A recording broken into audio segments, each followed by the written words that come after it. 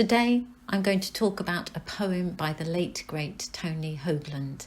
I've always loved his work, maybe because he's a poet so willing to acknowledge and riff on his own weaknesses as a person and also as a poet, but mostly because his work offers that emotional hit that I always look for. One of my favourite essays on poetry is the one in his book Real Sophistication. The essay is called Negative Capability, How to Talk Mean and Influence People. And in it, he says, much of our mainstream poetry is confined by an ethic of sincerity and the unstated wish to be admired. If not admired, liked. If not liked, sympathised with.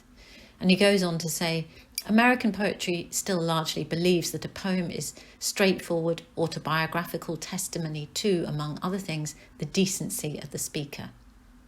And for all the freedom and opening up engendered by confessionalism, to be uninhibitedly mean, we all know is prohibited. Welcome to Poetry City. Hurt someone's feelings, go to jail, he says.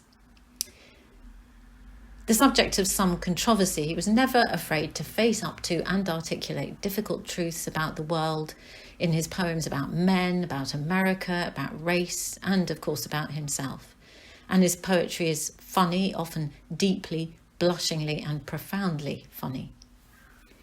His final collection, Priest Turned Therapist, treats fear of God, puts us eye to eye with the Grim Reaper himself. Most of it was written when he was terminally ill. It's full of rage, joy, despair and gratitude.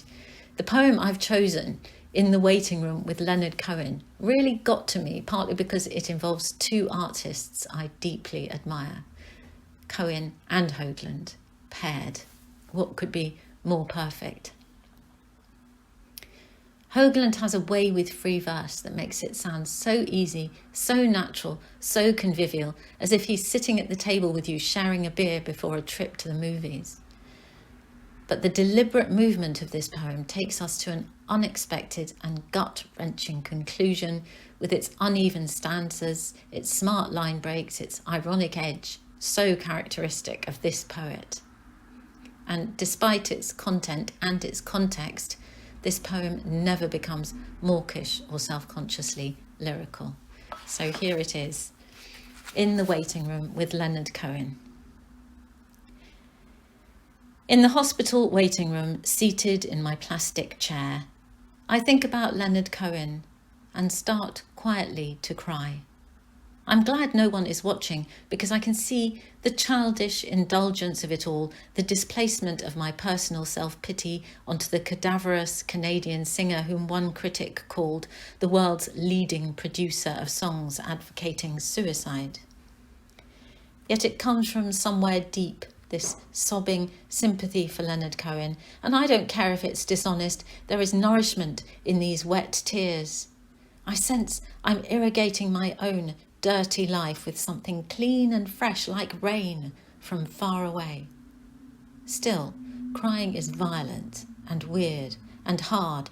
It is like pulling something free from something else that doesn't want to give it up and keeps on pulling back with a wheezing, ripping sound.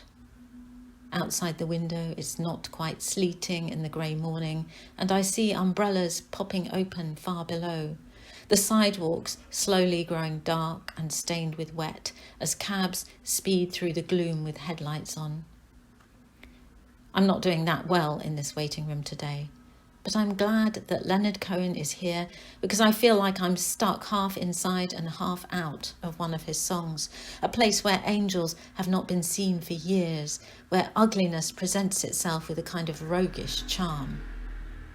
In the reflection of the window, I see his face, his furrowed mouth, the wet black eyes, and that great curved hatchet of a nose.